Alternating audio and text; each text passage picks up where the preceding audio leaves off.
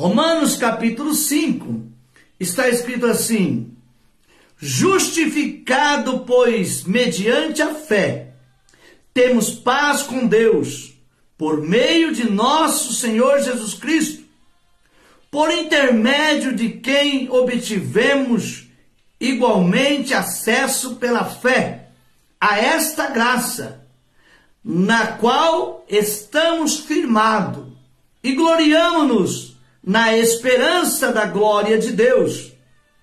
E não somente isto, mas também nos gloriamos na própria tribulação, sabendo que a tribulação produz perseverança, e a perseverança experiência, e a experiência esperança.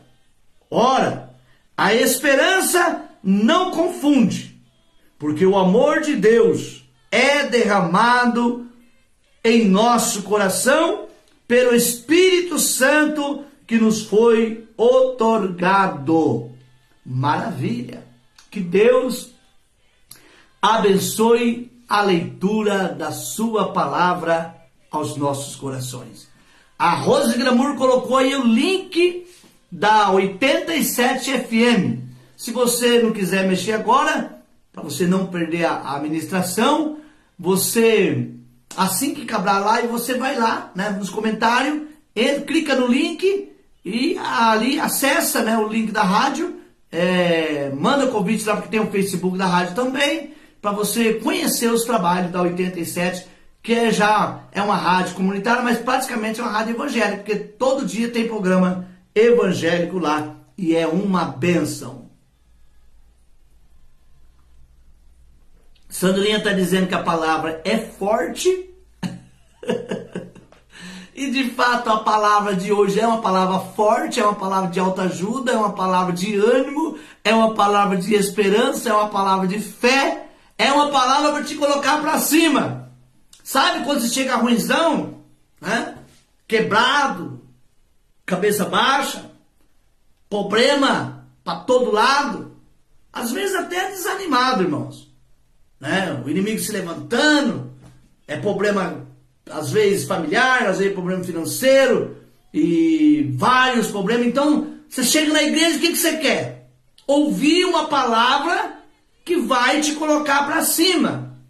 Aqui nós não estamos dentro de um templo, mas para mim é um culto. Eu não tenho esse negócio, entra aqui e dá curtida, não. Se você quiser curtir, você curte, se quiser comentar, você comenta. Eu estou fazendo um culto online. E vocês, ovelhinha de Cristo, está comigo. Amém? Então é como se nós estivéssemos dentro de um templo fazendo um culto. Né? Oramos, quando o Josué está aqui, ele faz louvor. Então é um culto online. E a nossa ideia não é ter curtida. A nossa ideia, quando pedimos para você compartilhar e marcar alguém, é para alcançar um número maior de pessoas. A nossa ideia é fazer a obra de Deus, evangelizar, levar uma palavra ao coração daquele que precisa. E tem dia que a gente, entra na live, entra no culto, Deus, fala comigo. Deus, fala comigo. Senhor, eu preciso de uma palavra. Querido, quero te dizer que Deus já falou com você. Sim, na própria leitura da palavra, Deus já falou aos nossos corações. Irmã Graça Gaudi, Cerqueira César, seja bem-vinda, Igreja Batista Castelo Forte, de Cerqueira César. Maravilha. O texto começa falando sobre a justificação. Nós sabemos que é Cristo quem nos justifica. Então essa ideia, falaram de mim, estão falando de mim. Amado, esquece esse grupo. Esquece, porque não é o César que justifica você, não é o homem, não é a sociedade, é Deus quem te justifica, diz o apóstolo Paulo. No próprio livro de Romanos, no capítulo 8, Paulo vai dizer, é Deus quem nos justifica. E aqui no capítulo 5 ele começa dizendo: justificado, pois, mediante a fé. Então somos justificados através da nossa fé em Cristo. Sim, Cristo é Ele quem nos justifica diante do Pai. O que é isso? Quando a gente lê Efésios capítulo 2, o apóstolo Paulo ele diz que antes éramos filhos da desobediência, estávamos condenados à morte, estavam mortos em nossos delitos e pecado, mas Ele nos deu vida. Que maravilha! Ressuscitamos com Cristo. Então Cristo nos justifica, Cristo nos torna uma nova criatura. E Paulo começa tratando nesse texto sobre a doutrina da justificação. Ele diz que somos justificados, pois mediante a fé temos paz com Deus, por meio de nosso Senhor Jesus Cristo.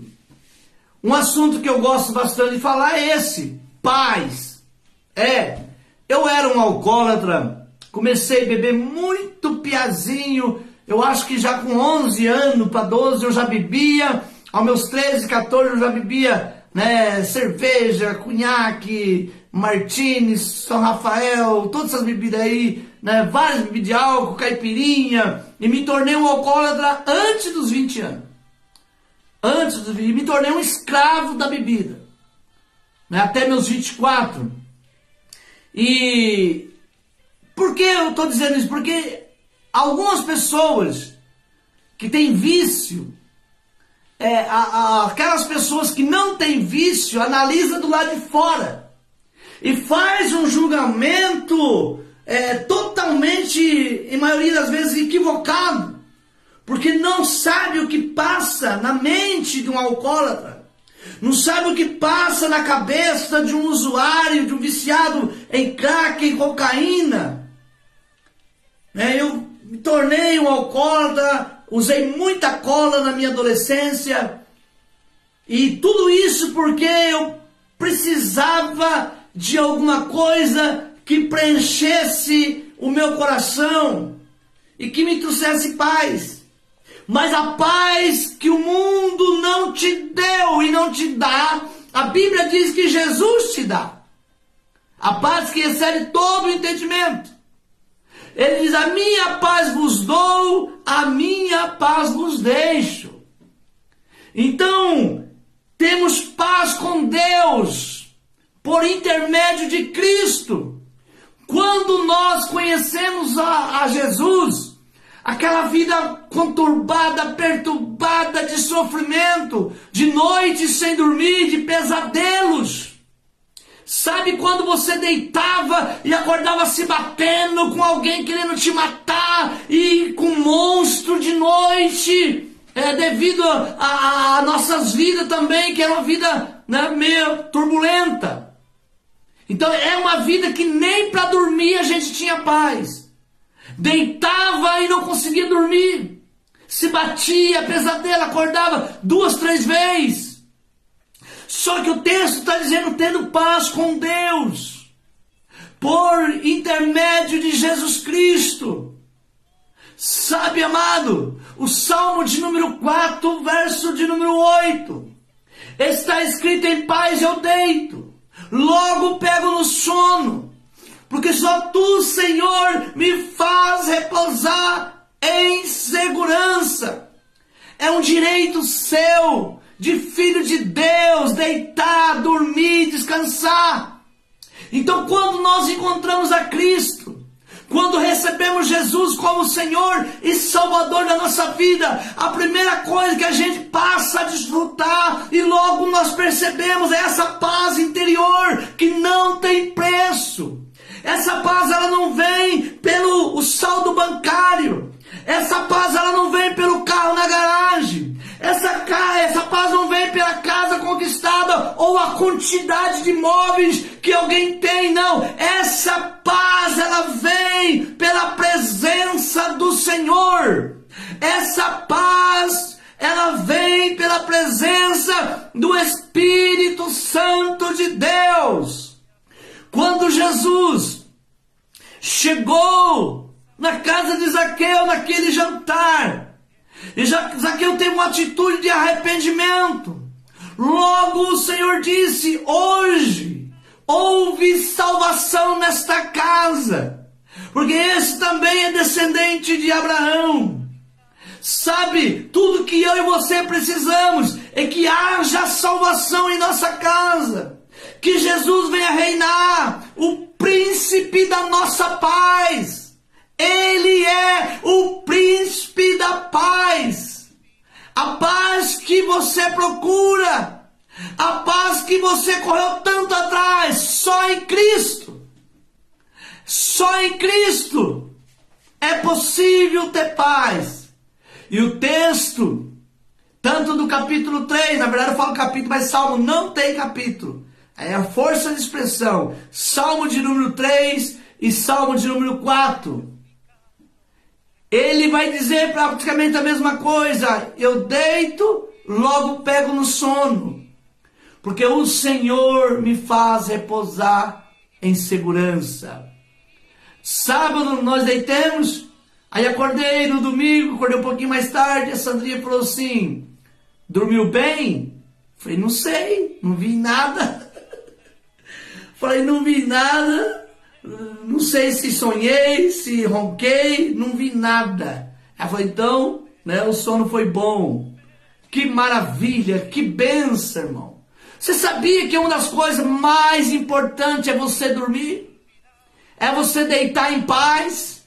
É você colocar sua cabeça no travesseiro, o diabo não tem poder para te acusar. E você consegue deitar e logo já dormir, descansar, sonhar, Deus ministrar no seu sonho. Isso é maravilhoso. Isso se chama paz de espírito.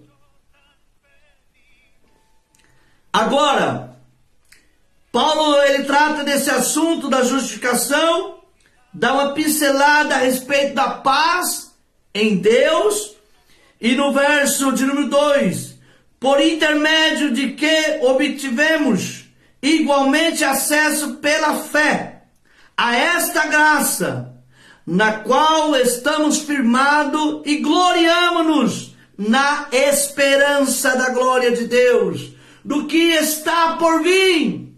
Amada, a esperança, ela tem que estar viva em nosso coração.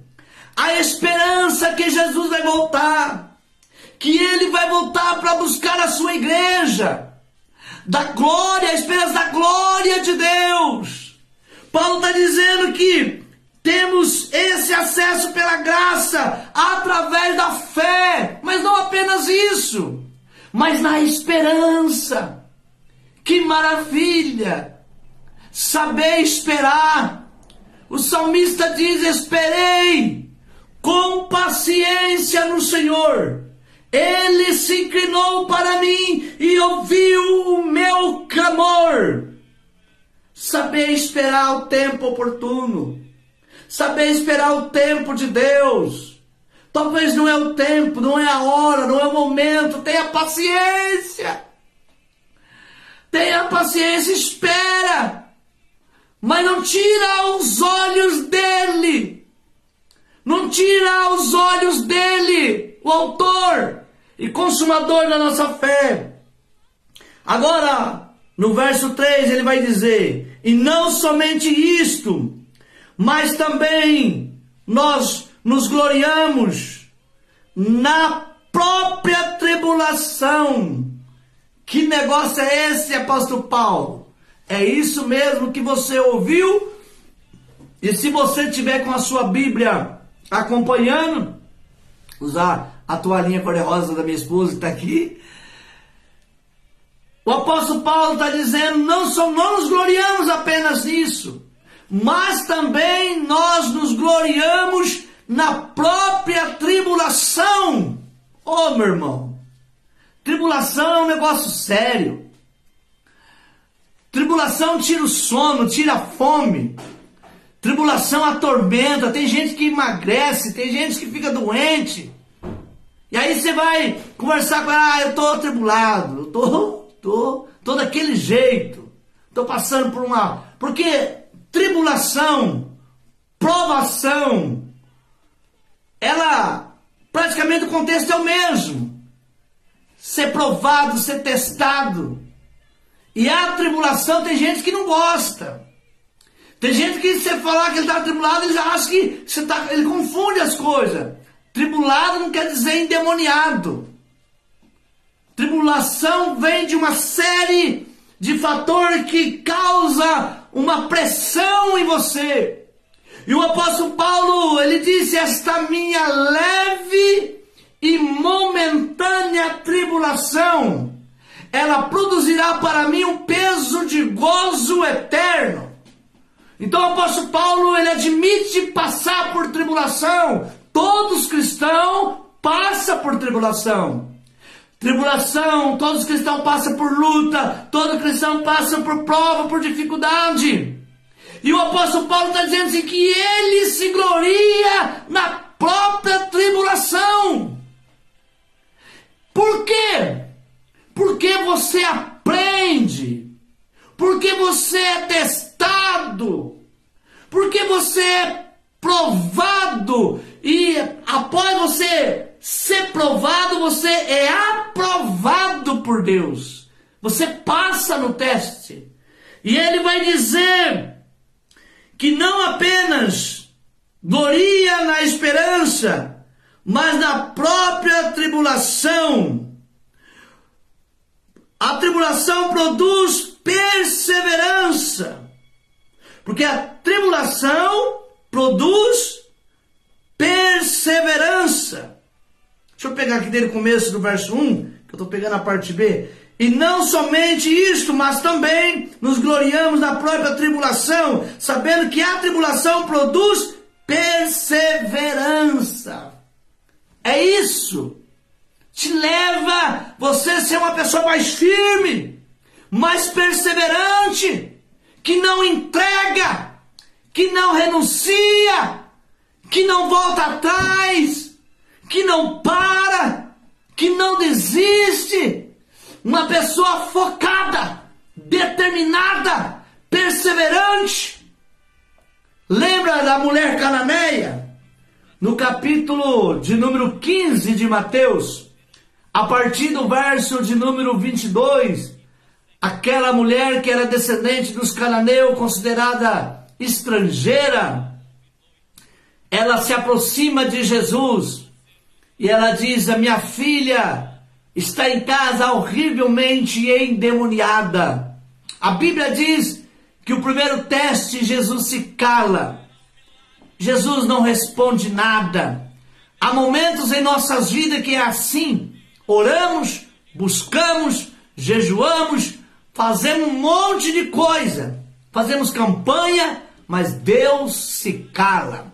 O silêncio de Deus não significa que Ele não está te vendo, que Ele não está te ouvindo, ou que Ele virou as costas para você. Simplesmente faz parte do processo. O deserto amadurece o cristão e faz ele crescer. É isso mesmo. Deus, no silêncio, trata conosco. Jesus ficou em silêncio. A segunda prova, os discípulos disseram para ele, mestre, manda que essa mulher vá embora. Despede-a, pois vem gritando atrás de nós. A Bíblia diz que além de Jesus não responder, os discípulos se levantam para que Jesus mandasse aquela mulher embora. Então Jesus diz, olha mulher, eu não fui enviado a não ser as ovelhas perdidas da casa de Israel. Jesus está dizendo, mulher, você não tem direito à promessa. Todos sabemos que Jesus veio para os judeus, mas o judeu não recebeu ele. João capítulo 1, verso 11 e 12. Ele veio para os seus, o seu não o recebeu. Mas todos quanto nele creu e o recebeu, ele deu o direito de ser chamado e ser feito filhos de Deus. Jesus está dizendo, mulher, a promessa não diz respeito aos gentios, não diz respeito aos cananeus. Então a mulher prostra e o adora, dizendo, Senhor, me socorre. Ela está disposta a receber a sua bênção, nada vai tirar o foco. Então, primeiro, Jesus se cala. Segundo, os discípulos mandam que ele despede. Terceiro, Jesus diz que ela não tem direito na promessa, a promessa não diz respeito a ela. E a mulher não se cala, continua adorando.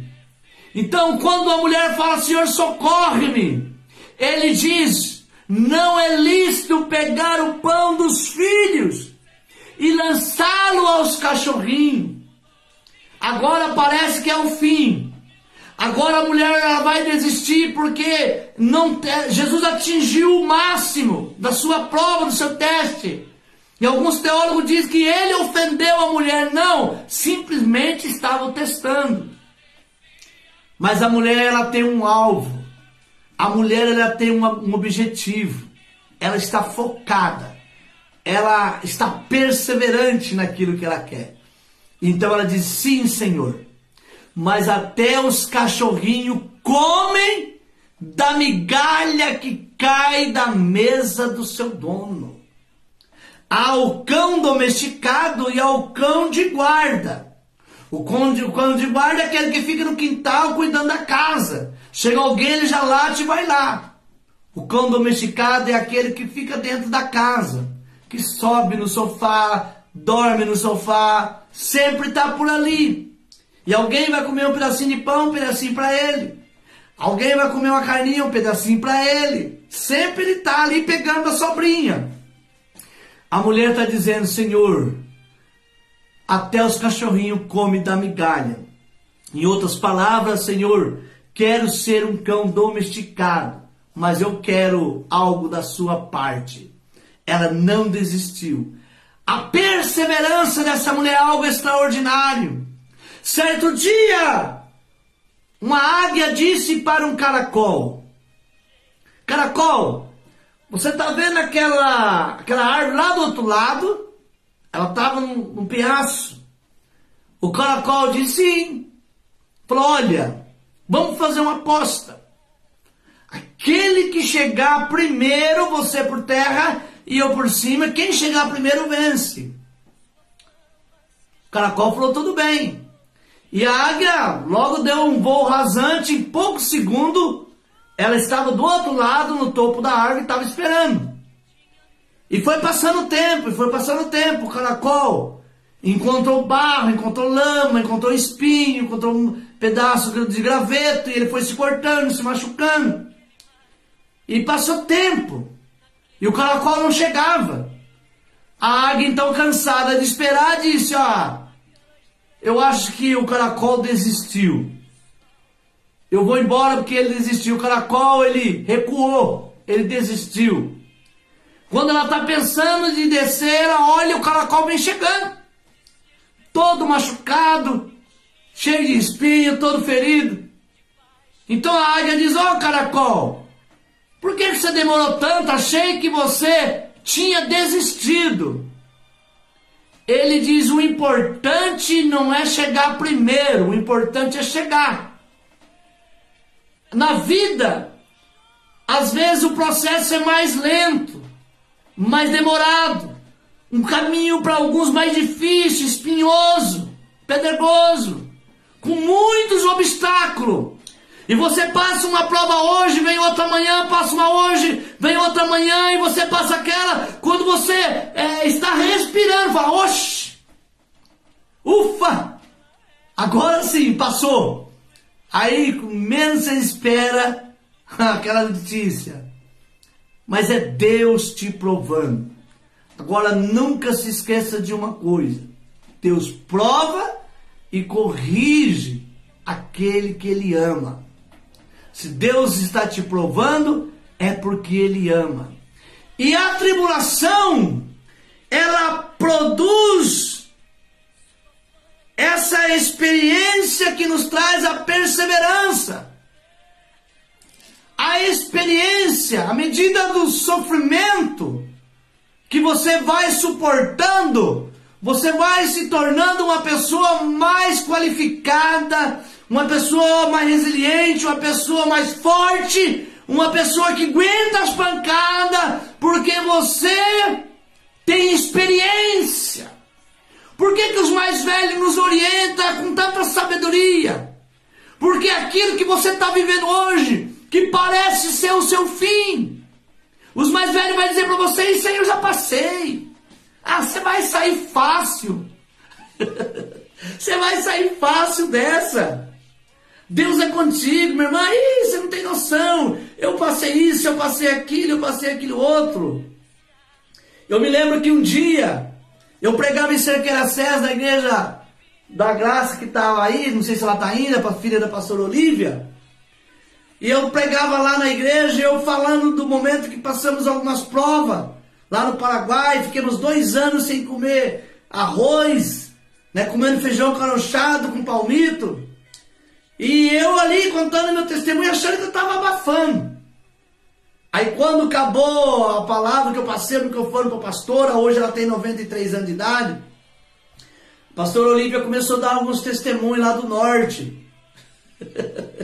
Ela tem 15 filhos, essa pastora. E ela começou a dar algum testemunho, que ela, com as irmãs dela, saía no meio da roça de milho. E para tentar achar aquela sobra, aquelas espigas de milho que ficava perdida no meio da roça. E quando eles achavam aquelas espiguinhas de milho pequenininhas, assim, mirrada, então eles catavam 2 ou 3 espigas daquela, achava, trazia em casa, eles debulhavam aquele milho, torrava ele no fogo, né, na panela, torrava, depois levava para o pilão e socava com sal. A irmã Graça está aí, está ouvindo, ela pode confirmar isso aí. Ela torrava, estorrava aquele milho com sal e eles bebiam para não dormir de barriga vazia. E então eu fiquei imaginando o sofrimento, né? Pastor Olívia, ela é do norte, o sofrimento dessas pessoas. Mas hoje a pastora Olívia, com seus mais de 90 anos de idade, ela pode aconselhar qualquer um de nós aqui a respeito do que é prova, do que passar luta. Ela perdeu um filho e o marido 2 meses depois. A pastora Olívia teve um câncer em 74, se não estiver enganado. E ela colocava parte do seu útero para fora. Testemunho lindo, maravilhoso. Uma mulher que já viveu muitas experiências com Deus. O sofrimento faz com que a gente amadurece.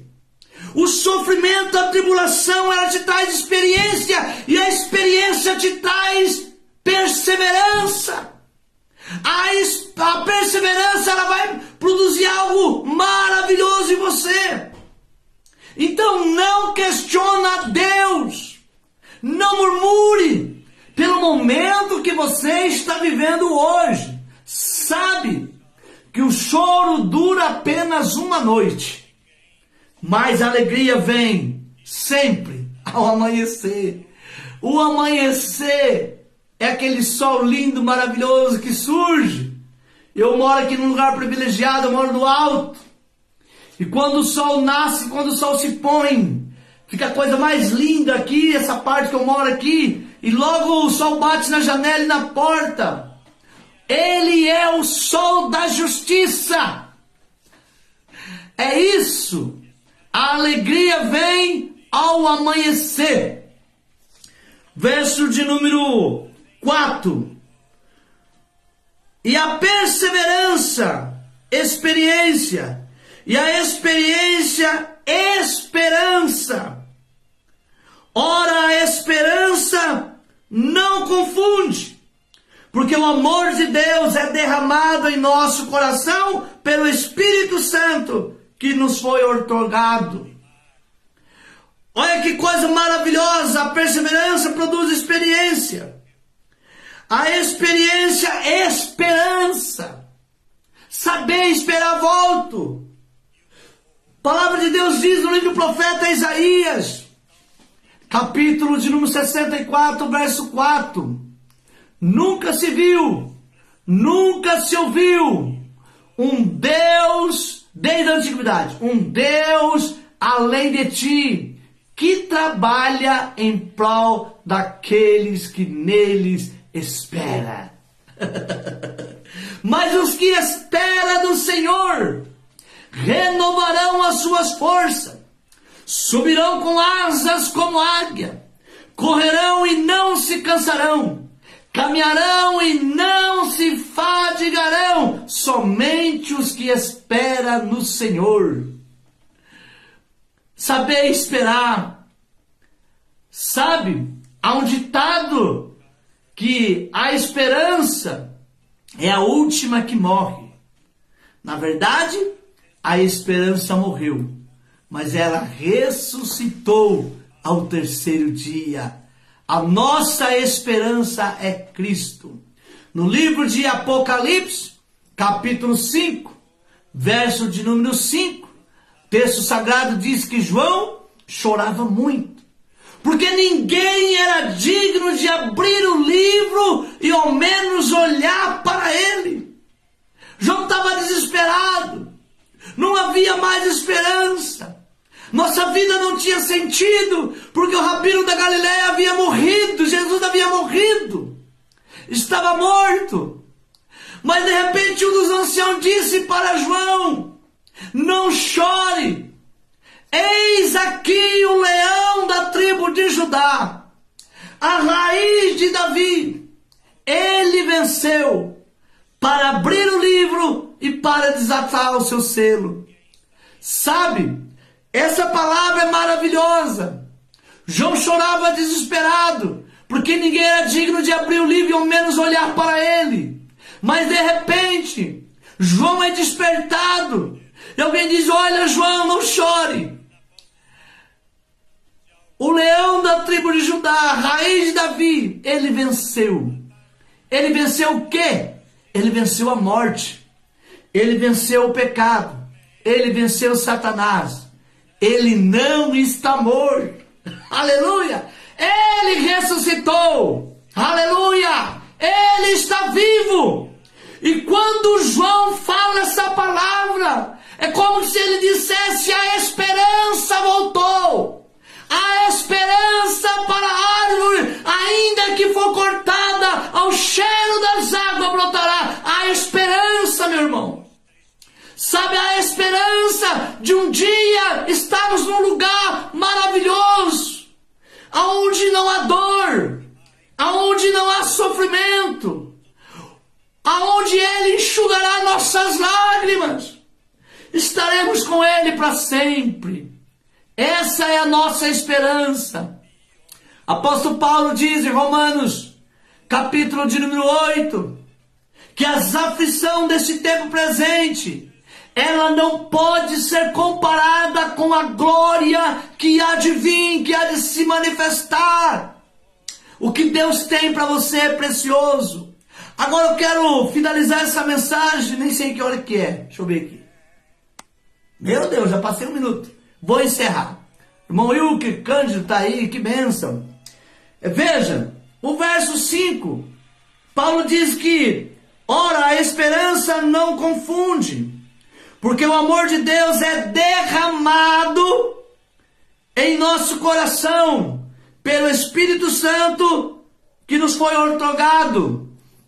O pastor Wittenberg, que mora em Miami, nos Estados Unidos. O pastor Wittenberg, ele, certo dia, ele pregando, e ele disse que o entendimento dessa palavra, o amor de Deus é derramado em nosso coração. Ele diz, é como se Deus colocasse uma gota, aleluia, uma gota do seu amor em nós. Que coisa gloriosa. Talvez a nossa mente, ela é muito pequena para conseguir entender a profundeza desta palavra. O amor de Deus é derramado no meu coração, no seu coração. Que coisa linda! É por isso que você é diferente. É por isso que Satanás te odeia. É por isso que Satanás quer acabar com você, quer acabar com o seu ministério. Porque o amor de Deus é derramado em nossos corações. Nós desfrutamos desse amor. Que maravilha! Parte, porque Deus é amor. Tá percebendo? É Deus em nós, através do seu Espírito. E esse amor de Deus, ele flui através das nossas vidas. Por isso é tão importante nós amarmos os nossos irmãos, nós amarmos o nosso próximo, nós amarmos o ser humano, independente da cor da pele, né, da sua opção sexual, que hoje é um assunto muito discutido, no seu grau escolar, na sua formação, no nível social. O amor de Deus é derramado em nosso coração. Quero deixar essa palavra no seu coração.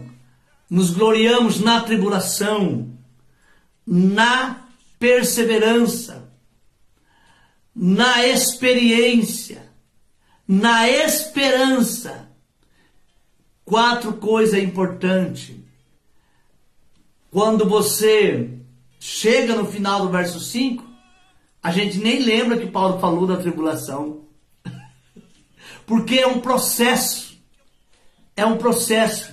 Passa pela tribulação, torna uma pessoa experiente, perseverante e mais paciente, que sabe aguardar o momento de Deus. Que Deus te abençoe. Amém, querido? Essa é a reflexão de hoje. Espero que essa palavra, você que está vivendo um momento turbulento, é só um momento. O vento vai passar. O vento passa. Às vezes a tempestade, ela não dura nem um minuto. Nem um minuto. E ela deixa um estrago tão grande. Mas de repente ela passa. Quando você menos espera, passou a tempestade. O momento ruim vai passar. O momento difícil vai passar. Apenas confia em Deus. Amém? Levante sua mão assim, como se estivesse pegando na minha mão, para nós orarmos junto. Pai, no nome do Senhor Jesus, quero orar pela vida dos meus irmãos, que estão passando por tribulação, que estão passando por momentos difíceis, por prova, por lutas, dificuldade. O Senhor é Deus. Creio no poder desta palavra, a qual preguei. Senhor, sabendo que a tribulação, ela produz em nós perseverança, experiência e nos traz a esperança. A esperança de um dia melhor.